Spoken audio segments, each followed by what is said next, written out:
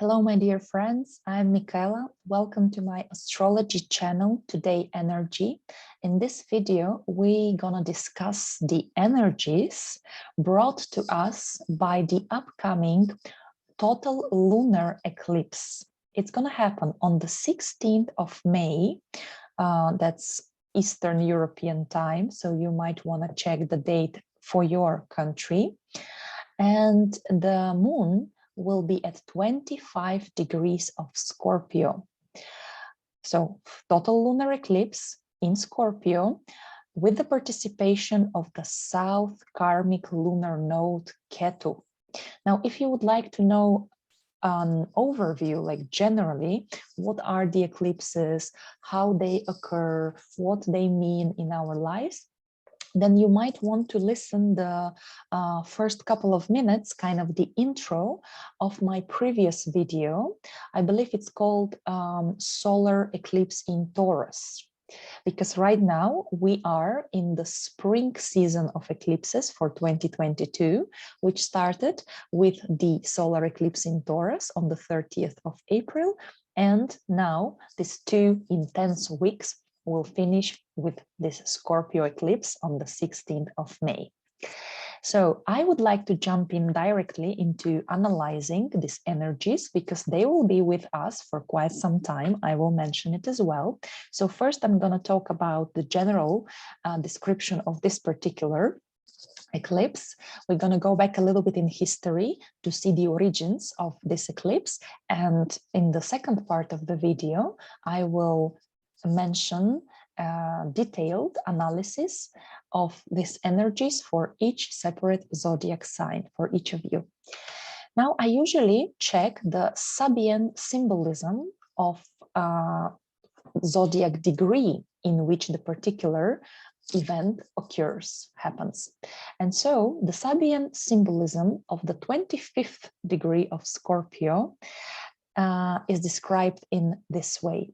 Indians are building a camp on a new territory. So this is a metaphorical description, of course, which in my opinion talks about adaptability. Well, it's not my opinion, just it's the description of the author of this theory about that each degree of this 360 degrees of the zodiac wheel has its own meaning, metaphorical meaning. And in this case, it talks about adaptation, adaptability. It is to go with the flow with life and have this firm belief that no matter what life circumstances are happening to us, we will find everywhere, no matter where life throws us, so to say, we will find there exactly what we need in the right moment, in the right time, no matter the place, no matter the circumstances. Yeah, we're always protected, and there is always something we can adapt to and take the best advantage of the circumstances. This is a great advice indeed, because generally Scorpio is a very fixed energy. So exactly for Scorpios, as well as for Taurus, as well as for Leos and for Aquarius, it's very hard to change. Changes come with difficult experiences and sometimes even hardships and pains. But on the other hand, the mission of Scorpios in this life, in this reincarnation, is exactly to let go and to adapt to changes, because the energy of Scorpio is of endings, of death, but also of new beginnings, life and rebirth. But we will come to that as well. Now, every eclipse belongs to some family of eclipses. They're called Saros cycles. And this eclipse belongs to Saros cycle number 131. We usually check the very first eclipse, the grandfather of this family, because the energies of that first originating eclipse for this particular cycle will be carried through all the next eclipses that happen on every 18 years. You know, the signs might be different, the Planets participating might be different, degrees will be different through time, but kind of the topics, especially if we talk about the world, the mundane astrology, the topics might be similar. So let me share screen with you. And I hope you can see now.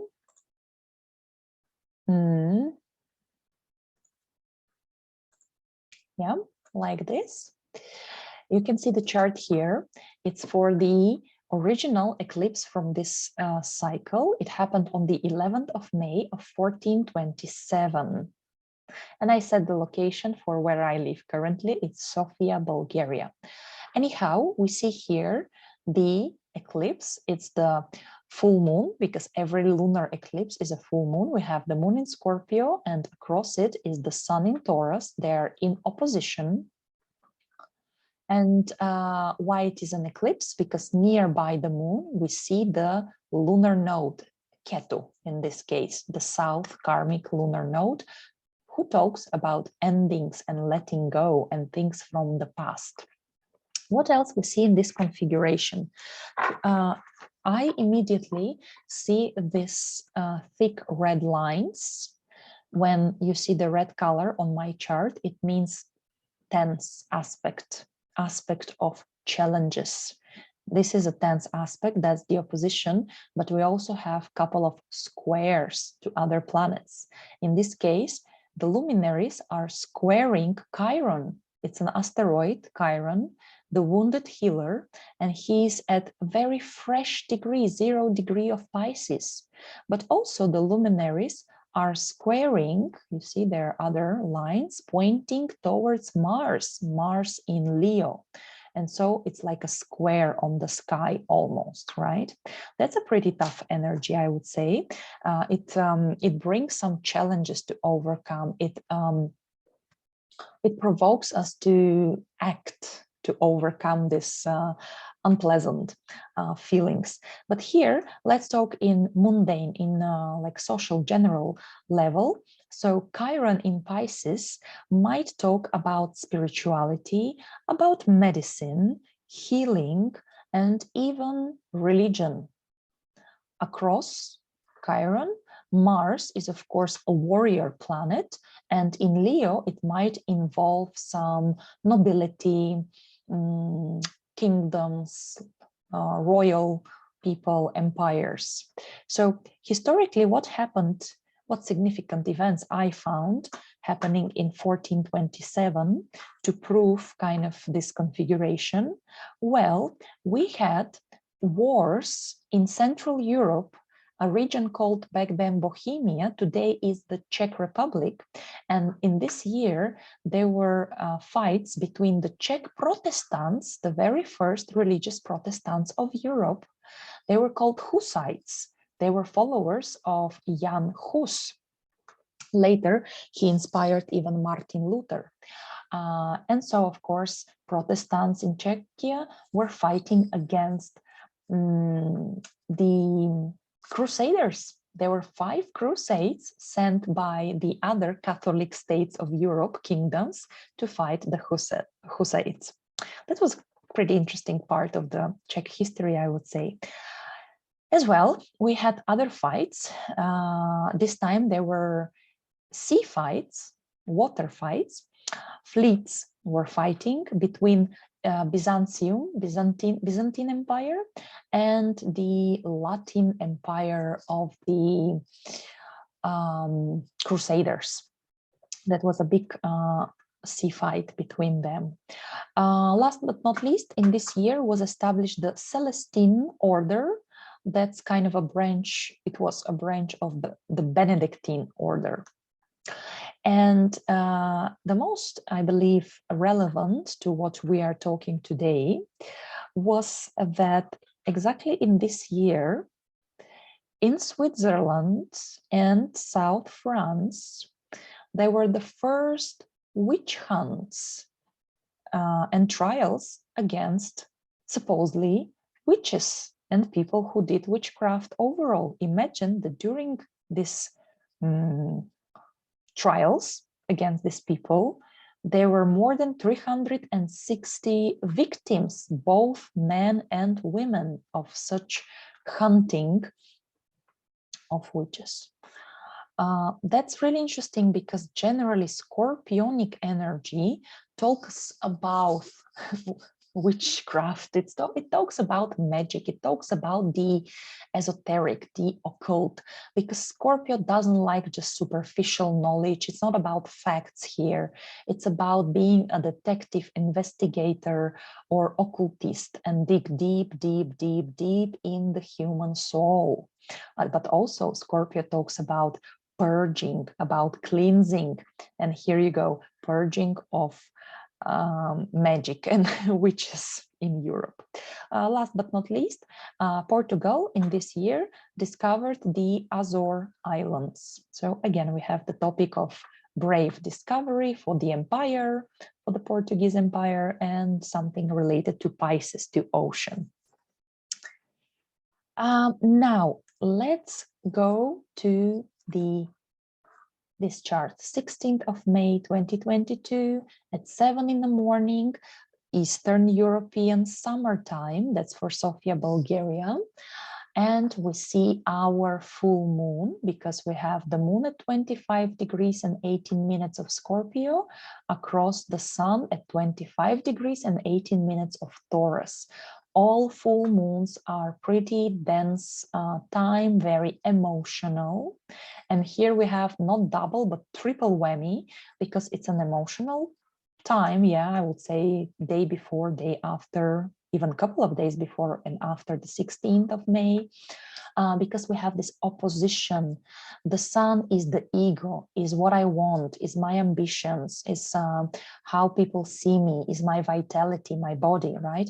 And the moon across is my deep emotions, is my psychology, it's my unconscious, it's what I need to feel safe and secure and happy. And obviously in this case, there might be two different needs, wants, pulling the blanket, each one to their side. So obviously we all feel quite nervous and quite dense and emotional.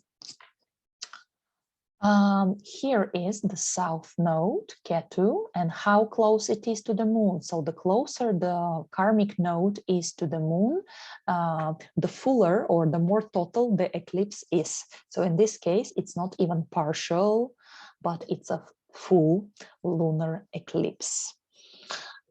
What do we see as a combination here on the sky in this moment?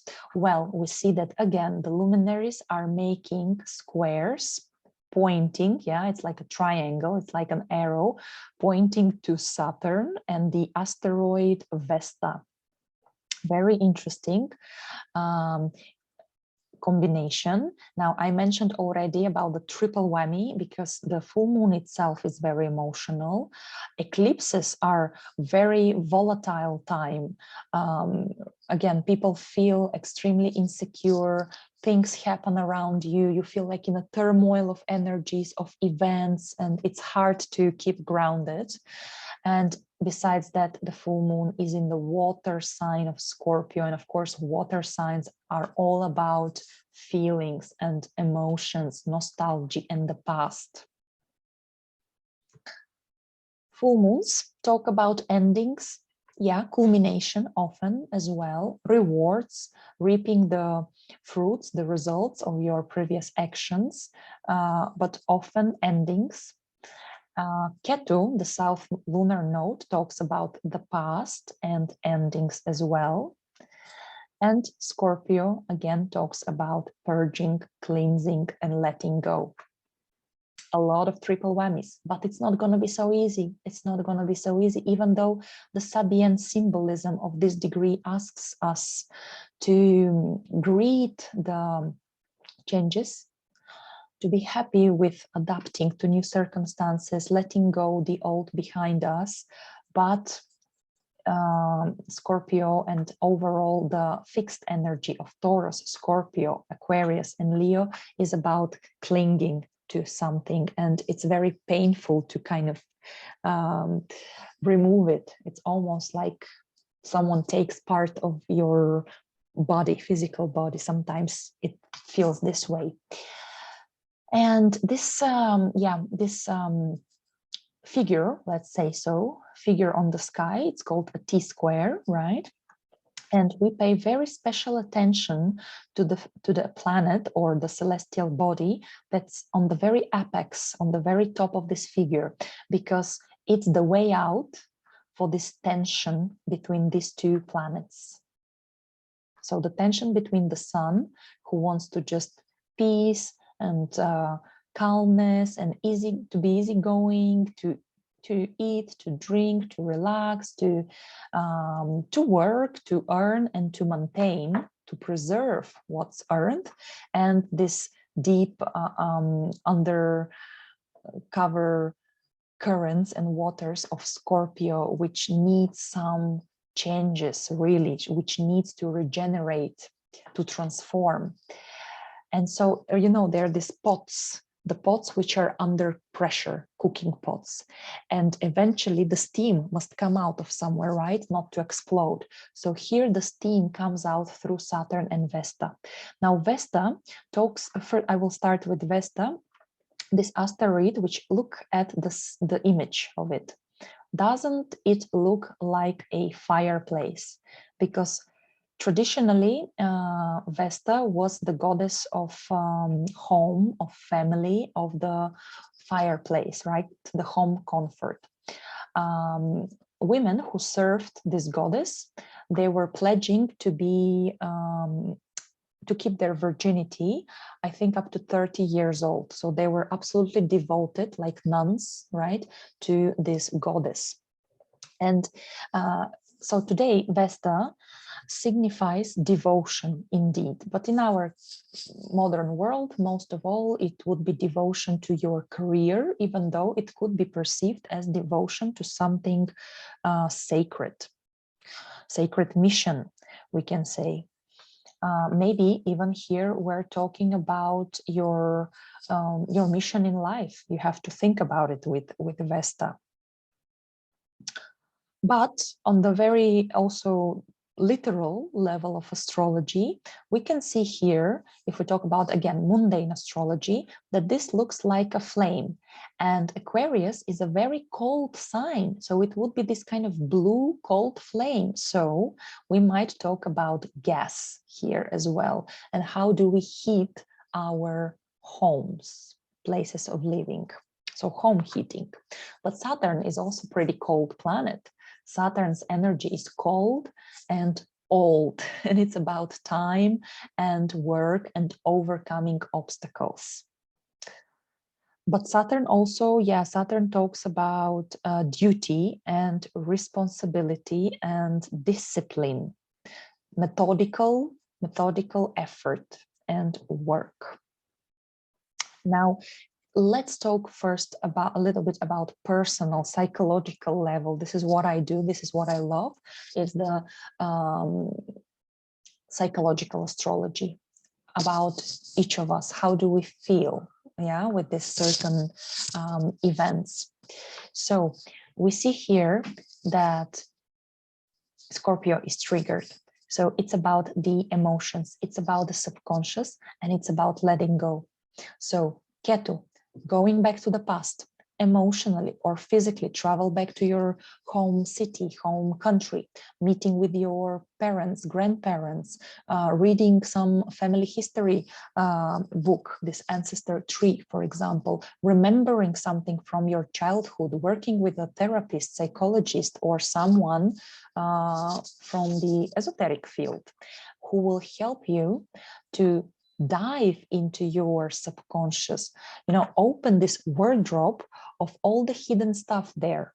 Scorpio is ruled by Pluto. So we're talking about suppressing something we fear of, we're terrified of, but it doesn't help if it's just hidden under the carpet or in the wardrobe of our mind, because it's rotting there and it's poisoning our life from there. So here we have to be brave and bold and meet the skeletons in the closet and meet the demons, our own demons. And look at that, we are not alone. Pluto, the ruler, the modern ruler of Scorpio, is sextiling the moon. This blue aspect with a little star, its sextile is the aspect of opportunities, of choices. So we can make here our choice, Pluto, to be absolutely courageous and unstoppable. Pluto is a massive energy concentrated in a pretty tiny planet, actually. Even nowadays, people, I don't think they call Pluto planet anymore officially. It's like a dwarf planet. What a disgrace for poor Pluto. But Pluto is the lord of the underground. He rules the underground, the dark part of our subconscious. So if you have any traumas from the past, anything, someone offended you and you couldn't let go, yeah, because Scorpio is like unfortunately collecting, piling, holding grudges, right? Fears of something. Complex is like when you are ashamed of something, shame, right? This is also the energy of Scorpio and of Pluto. Those are taboo topics. Now, anything you can think about from your childhood or teenage years, those are this is the rage, the anger that you were suffocating. Well, now you have the choice to let it go. Of course, we will see now, it's going to be through Saturnian energy. Inevitably, it's going to be through Plutonian, Saturnian, and Mars, Neptune energies, right? Because we see also that Mars, the ancient ruler of Scorpio, is conjuncting Neptune in Pisces, and they trine the moon. So we have two sources of support by the both rulers of Scorpio. Pluto, who talks about empowering, owning your power, getting back your power. If you, when you were a child, someone scared you, someone suffocated you, told you to shut up and so on, and you were afraid and you had to release this control and this power to this older bully person. So now you can work through it and regain your power. Mars will help you, this energy of achievement, of actions, of doing something. And Neptune, of course, Neptune is the planet of compassion, is the planet of unconditional love and trust and faith. So trusting the divine, trusting the humanity, trusting your own subconscious, trusting a healer, doing some proactive healing exercises will help very much, because again, I'm repeating, we might feel overwhelmed by emotions during this eclipse. And I am a person with a lot of Scorpionic energy. I have a stellium in Scorpio, my sun is in Scorpio. So I can feel it, and I not always can handle all this storm and tsunami. I call it like a tsunami of emotions. But in this case, first of all, we can actively meditate, pray, work with a psychologist, work with some art, do some active art, be in the nature, be near water, cry, sweat, cleanse. These two guys here, Mars and Neptune, incredibly can help us if we do some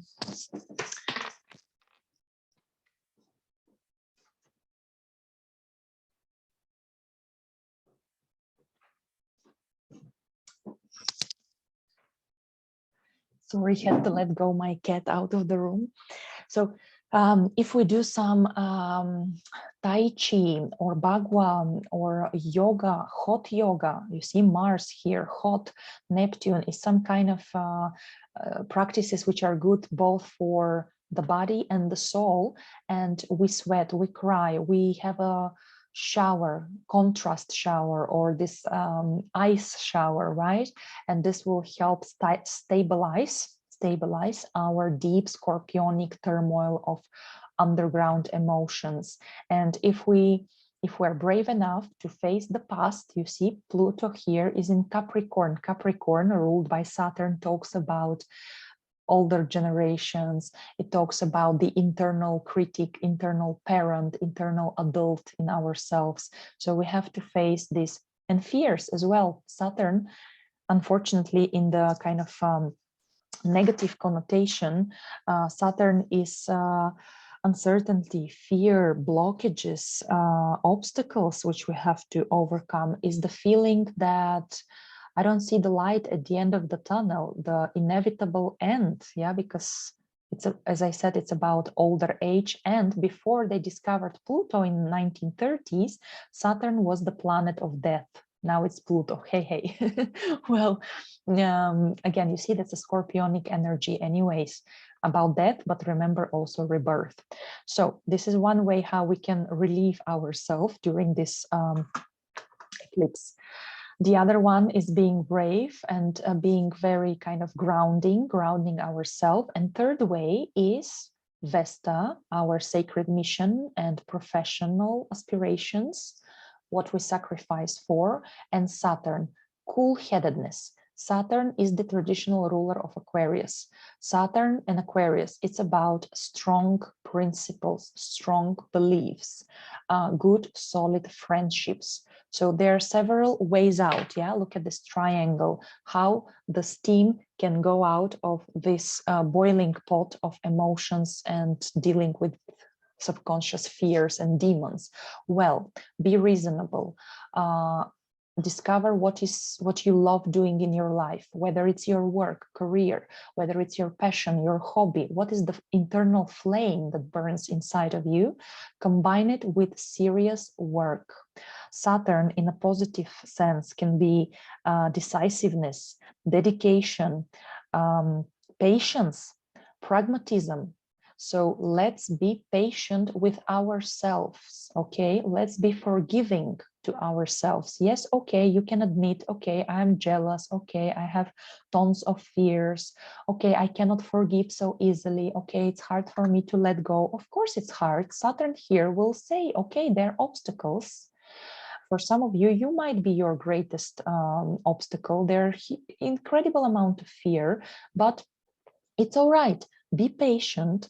Have faith in yourself, in your own principles, work with your psyche, maybe trust someone older and wiser, maybe go to a group therapy. Yeah, Aquarius, it's about friends, it's about groups. Trust an older friend possibly. Or just, be like, because the negative outcome of this fixed T-square, it's so much tense energy which cannot be released, right? Because Saturn with its fears might be kind of this lid, the lid which you put on the top of the pen, and that would be really, really bad, right? If you suffocate your inner emotions.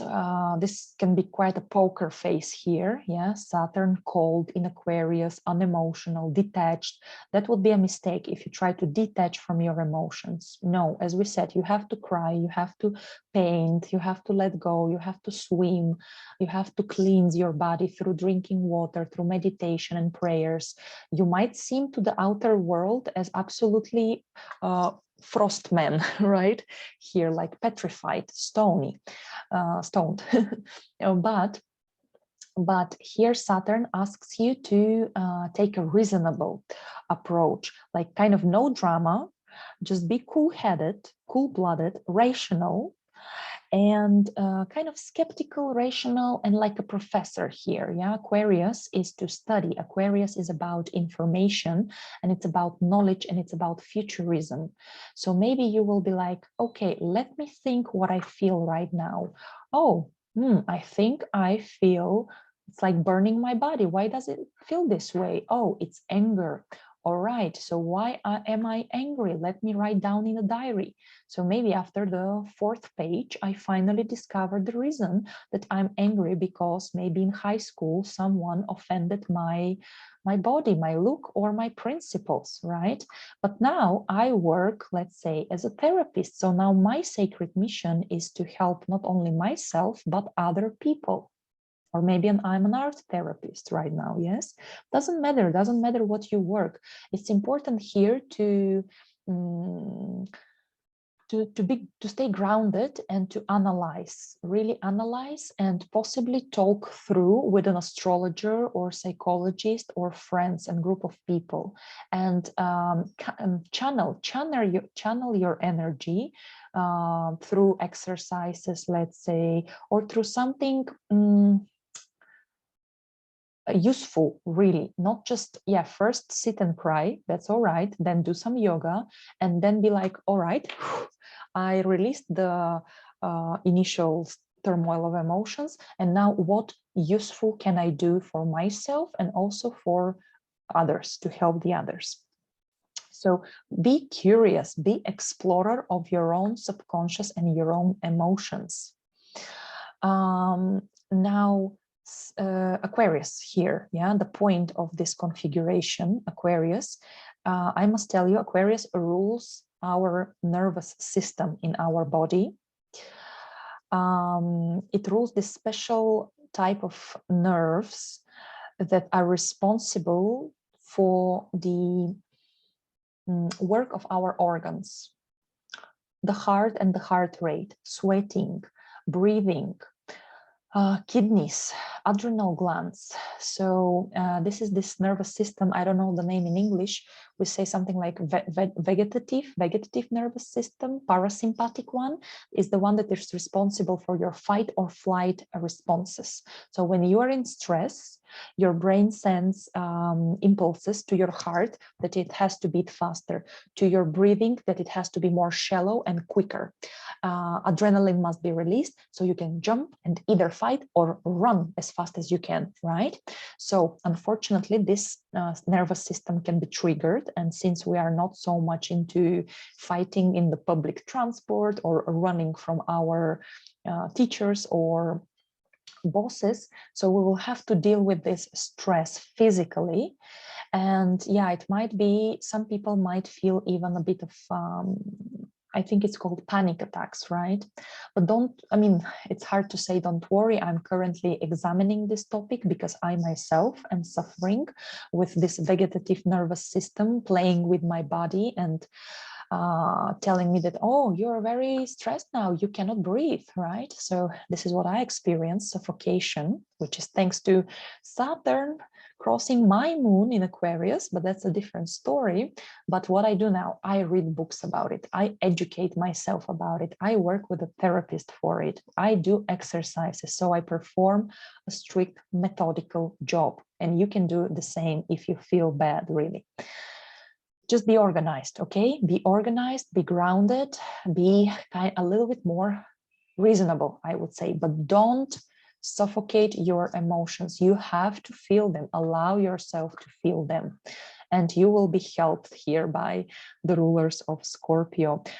Also, really good advice is when you feel a bit more nervous, like shaky and sweating and heartbeat and temperature, fever and so on, and it's not physical, of course, but you kind of imagine that it might come from your nerves and psychology, then of course you can take magnesium. Magnesium is very good for the nerves, and vitamin B as well. And there are other herbs like ashwagandha, an Indian herb. You can research about it and decide if it's suitable for you, for your health condition, but it also helps to lower down the adrenaline in your body. Yeah, going back to the mundane level of astrology about what's going on in the world, like economy, like the market and prices and politics. Well, Scorpio and Taurus both talk about resources. And if Taurus is more, I would say, like products, goods, food, agriculture, Scorpio more would be really the money, the finances, and the common shared money, the huge business and bank structures. So banks, so businesses, corporations, government in the shadow. It might talk about loans, about leasing deals, and also investments, credits, of course, but also it can talk about kind of resources that come from where? From the ground, from under the ground, right? Remember Pluto, the lord of the underworld. What's under the ground? Well, we have fossil fuels, right? And who are the ruler? Where are the rulers now of these underground resources? Okay, Pluto in Capricorn can talk about coal, yeah, the hard fossil fuels like coal. But Mars, the other ruler of Scorpio, is in Pisces with Neptune. So it's something liquid or gas. So we might talk about petrol or natural gas. Saturn, though, Saturn is in Aquarius, and Aquarius talks about super new, modern, inventive technologies. So either it's a new technology to kind of excavate the coal or the gas and petrol, or it's a completely renewable new source of energy. But Saturn, remember, Saturn tells you that, yeah, it's a great idea, you're on the right path, but be patient. And it's like running with obstacles, yeah, these runners who are jumping over some obstacles, and it's going to be hard. You will have to overcome challenges, you will have to do experiments, you will have to invest time and effort, and government most probably will have to help, but there might be this hard, but the right choice would be this renewable, modern, fantastic, almost futuristic sources of energy for Vesta to heat our homes, to provide the coziness and good quality of living inside of our sacred space, which is most probably for all of us is the place where we are living. So, oh, and last but not least, Pluto. Yeah, mostly Pluto is the other ruler of Scorpio, and Pluto as well talks about nuclear energy. By the way, Uranus too, and Aquarius could talk about nuclear energy. So last to add here to all this configuration of planets is that Mercury is retrograde. So we might go back to some ideas, plans, go back to some friends and people with whom we used to communicate and share information, or we can go back to some old sources of information, or we need more studies. So what we come across now as ideas while Mercury is retrograde is a trial period. So we research. It's about doing researches, gathering data, and then when Mercury will go direct already after the 3rd of June, we can launch publicly, let's say, our ideas. Then we have Venus conjuncting Chiron in Aries. Yeah, Chiron is about medicine, or it's about wounds. Venus might help here heal our wounds connected to relationships, Venus, to self-worth, and Aries, expressing your own individuality and being brave and proactive, a pioneer who doesn't care so much about the opinion of others. But here we must combine diplomacy with courage and heal our own internal wounds. Of course, it can be really something about the war as well, something about women being hurt by war actions or soldiers. And last but not least, here we have Jupiter, very fresh in the 0 degree of Aries as well. I have a whole video, you can watch it on my channel, dedicated to the transit of Jupiter through Aries, the lucky transit of the lucky planet. It's going to last a whole year. And yeah, Jupiter is hopes, it's faith, it's knowledge as well, it's courage. And in Aries is again the courage to act, to have faith in your own capabilities. It's huge curiosity to explore new territories and to learn something new. So if you feel really emotional and really down by this, then you might go to this Jupiter, who will be like, okay, I'm brave, I'm courageous, I can go for it, I don't fear my inner demons, I'm ready to meet them, to explore them, and to either let go of something old, can be psychological, but remember, it can be also physical. Maybe Saturn wants you to exercise. Jupiter in Aries is great motivation to do sport, do some sport activity, transform your body. Do research for diets, for what can you do to feel better. But yeah, so also it's about diets and detox.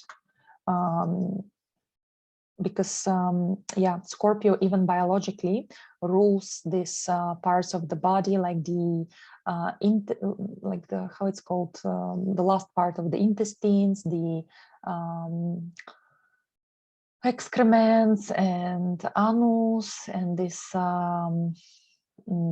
reproductive and cleaning kind of system in our body. Remember, Scorpio might talk about, I would say, witches and just people who like occult and magic, spirituality, psychology as well. So we might be very drawn to this topic now. And for me, Scorpio is also the healer. It can be the perfect surgeon, and you can be the surgeon of your own body and your own wounds, psychologically talking. And also, for me, a greatest archetype of Scorpio is the alchemist. Scorpio can take fear and transform it into courage. Scorpio can take jealousy and transform it into success.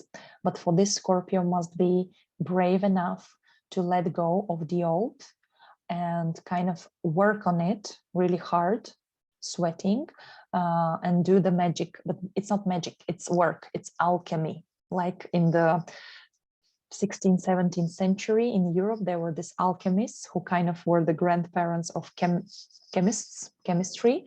Some of them, of course, were charlatans, and they would be doing some fake cheap tricks, but others were truly working with precious metals and other substances and transforming them into something more noble and more beautiful. The eclipse itself will be visible from bigger part of the world, by the way, excluding Asia and Australia and New Zealand, but Europe, South, North America will witness this eclipse. The full phase, like the eclipse will last many hours, but the core of it, the full phase of it, will last 1 hour and 20 minutes. I say it because for some people, the duration of eclipse is equal to how long in life it will be influencing us. So for 1 year and 4 months, more or less. So, for some people who are careful with the events of their lives and you, let's say, keep a diary, remember that maybe now there won't be something extreme happening in life, but in 1 year and 4 months, then you will see kind of the culmination of some processes that you unintentionally even started right now. Activation of the eclipse. Whenever an eclipse happens, we see where the moon is. And so this degree of the moon, because at the end of the day, eclipses are part of the lunar phases, right? In this case, full moon. So 25 degree and 18 minutes becomes a very sensible degree of the whole chart, the whole sky around us. But in this case, the activation of the node passing through this degree already happened, because the nodes, Rahu and Ketu, south and north lunar node, they move in a retrograde motion. So Ketu, the south node, is already at 22 degrees Scorpio, but so it passed already the 25th degree Scorpio, and it happened. So the kind of remember what happened in your life around 22nd of March or 3rd of March, because depends which nodes do you use. Do you use true nodes or mean nodes? The mean node was here at 25th degree on the 22nd of March. The true note was here on the 3rd of March. By the way, on the 3rd of March was exactly when I published my very first astrological video in English on this very channel here. So for me, you see, that was a huge activation of this eclipse back then. Another activations might happen when other planets reach this degree. And in November this year, Venus, Sun, and Mercury will be in order, crossing this degree, passing through it. So expect some activation of these energies in November. Or as well, November 2023, when Mars will finally reach this degree. That's going to be important. And you see, we have to write it down, not to forget it. And because this eclipse is a full moon, so it is a combination of some culmination that most probably happened already. So we might look back 2 weeks before. So before 2 weeks, that was the Taurus solar eclipse on the 30th. So maybe something that started back then, right now can give you some fruits already or culminating. Or you can look back, of course, last year, November, when we had a new moon in Scorpio. So that was a cycle which started with a new moon in Scorpio. Now we had the full moon in Scorpio, which is also ending or culmination or reaping of rewards of some process started back then. And even more so, I will pay attention of what was going on in your life around the 15th of November of 2020. That's 1.5 years ago, 18 months ago, because then we had a new moon in Scorpio, which was at the 23 degrees of Scorpio. So it was very close to the degree of this full moon, of this eclipse, right? So this could be as well somehow connected to everything that unfolds now. So, dear friends, I think I covered all the general part of the energies which this Scorpio eclipse will bring us. And now in the second half of the video, you will hear the forecast for each separate zodiac sign based on your rising sign, your ascendant, based on the whole sign system, which I use for my YouTube videos, but in personal readings, I rely more on Placidus system, is way more personal, I believe. But for events, for the unfolding of events, whole sign works perfectly well too. So listen the information for your rising sign, but also have a look on the forecast for your sun and moon sign, because they might play out as well, interestingly, in your life.